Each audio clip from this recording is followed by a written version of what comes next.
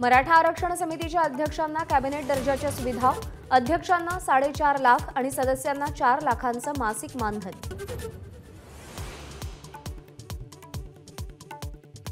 मनोज जरांगेंच्या 6व्या टप्प्यातील दौऱ्याचा आज दुसरा दिवस.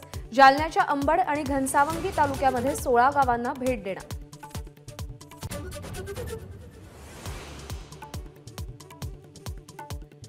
रायगडच्या माणगावमध्ये आज शासन आपल्या दारी कार्यक्रम.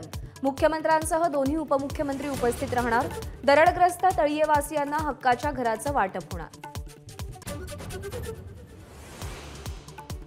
अयोध्येतील राममंदिराच्या प्रवेशद्वारावर हत्ती, सिंह, हनुमान आणि गरुडाच्या मूर्ती विराजमान. राजस्थानमधल्या गुलाबी सँडस्टोनमध्ये मूर्ती साकारल्या. अयोध्येतील प्राणप्रतिष्ठेला पंतप्रधान मोदींच्या उपस्थितीत शंकराचार्य निश्चलानंदांचा विरोध. प्राणप्रतिष्ठा शास्त्रानुसारच झाली पाहिजे, शंकराचार्यांचं मत.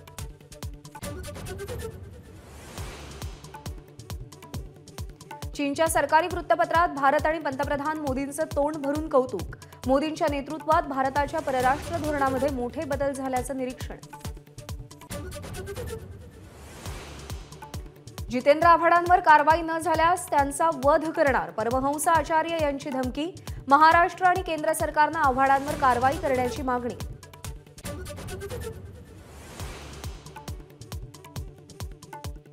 दिल्लीचे मुख्यमंत्री अरविंद केजरीवाल यांना ईडीकडून आज चौथ्यांदा समन्स पाठवण्याची शक्यता.